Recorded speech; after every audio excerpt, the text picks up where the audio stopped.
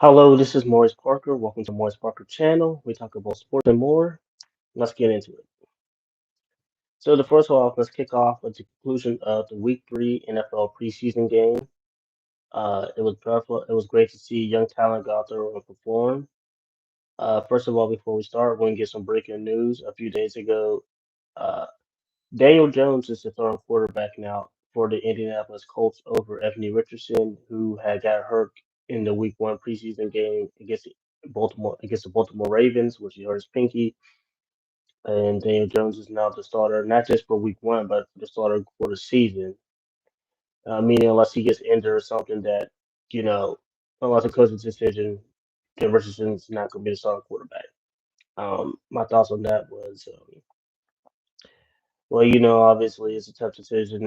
When you have a fourth overall draft pick who has spurs and stuff like that, who just could not stay, who unfortunately tried to stay healthy and doesn't. And then the dagger for him last year was when he was exhausted. He made a decision to step off the field, and he said he was tired, and he didn't think he was the best option for his team. Now, normally for people, okay, you'll make your option. That's not be selfless, but those are the moments when they need you the most. And I get it. Tired, human is doesn't matter how much you pay a man or a person. We all do get tired and exhausted, and just be able to push.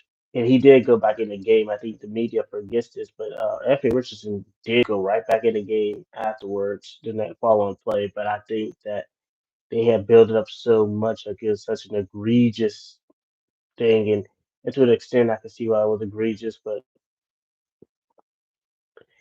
I don't think that determines a man's career because prior to that, every time he was there, his team has needed him. He tried to be a store to try to be there, but now Indianapolis has let it be known that Daniel Jones is your quarterback going forward. Then, I would tell Richardson, like, this is not a chance to get better, support and rally around him because he knows exactly how you feel, where he had to back up and had to listen to the noise and stuff like that, too, because he went through the same thing.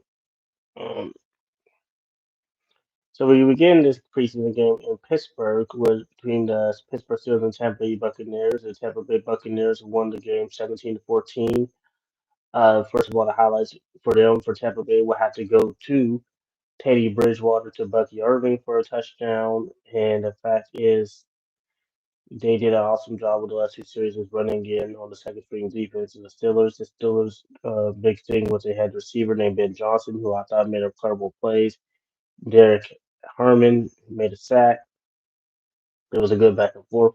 We had the Steelers kicker who was not Boswell, but they let the kicker in from Pitt. I never forget his name. He missed a 43-yard field goal.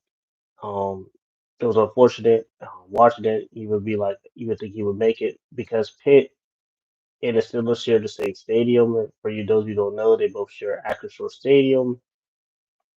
But in that case, he ended up missing the kick, and it didn't go nowhere. But the Steelers end up having the ball. They defense kept making turnovers. The Steelers end up having the ball before 4 minutes left. It was on their side of the 40, and they could have around the clock.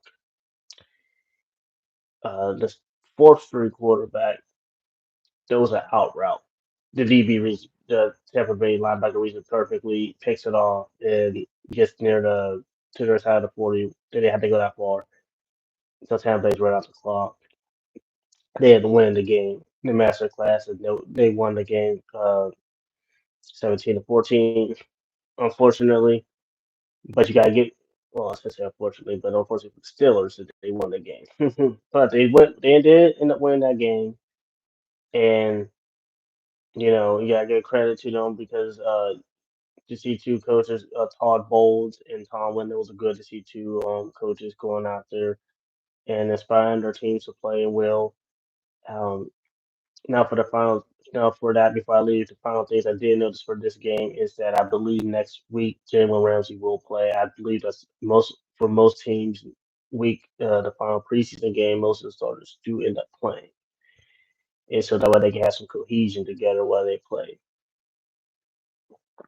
So yeah, that's the main thing. Another game that I saw, another game that happened at the highlight, and it was all the great games, was the Monday night game between the Washington Commanders and the Cincinnati Bengals. And let me tell you, it was good to see Joe Burrow go at the beginning, and then you had Jane Daniels looking okay. I cannot think of this receiver's name, but he was the 1 year, the second year from Penn State, number 82 for the Bengals was phenomenal.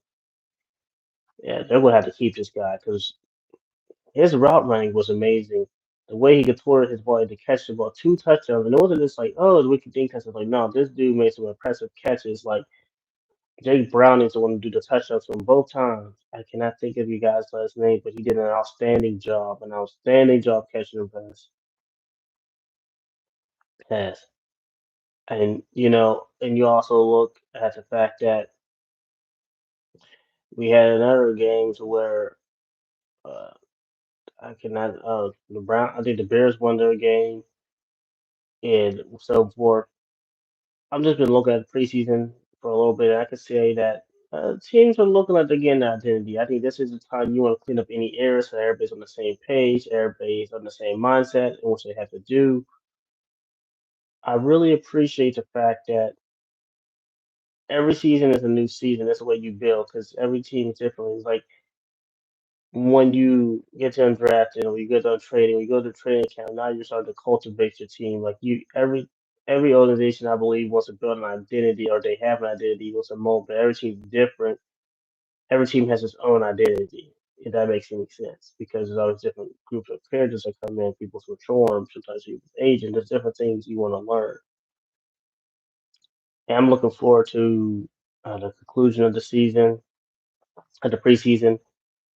I always find the week 4 games to be the most interesting because for me, I would want these games, the last week to mainly be played by the fourth, maybe third, or fourth string people because unfortunately, in the NFL, they have to cut after like before September 1st or before the 3 days prior to the first NFL game, they got to cut their roster down short. and and I want to see the opportunities for these guys fulfilling their dreams. I think it's awesome when you see people out there like living their dreams, fighting for their dreams. There's nothing like it. You want everybody to make it, but I think the beauty about it is by playing in the NFL preseason, by playing there, you guys have some tape. That means anybody can look at it and just activate you to practice squad. My best advice for these athletes out there is: if you believe hard enough and you play hard enough and you have the desire enough for it, you will get your opportunity. You will. Just keep going out there and keep working. And a couple of notes before we wrap up this episode. My thoughts on the Micah Parsons situation with the Dallas is kind of sad. I do think they should have a new contract. I did hear stuff that the owner said about how they blow up the media blows up their proportion of other teams. I get it, and though I have a different response to first take, my take is it's true. Sometimes we in the media, people in the media do not want to acknowledge that there's always a level of embellishment because sometimes your name holds weight and prestige. So, for example, if the Steelers or Green Bay, for example, did something, it's going to be stopped more than the Browns doing that because that name behind it, but it's also the actions that takes place. If it depends on how you handle things and the statements that you make too. The biggest thing I would say to if anybody listening to me is don't give anybody fuel to twist your words.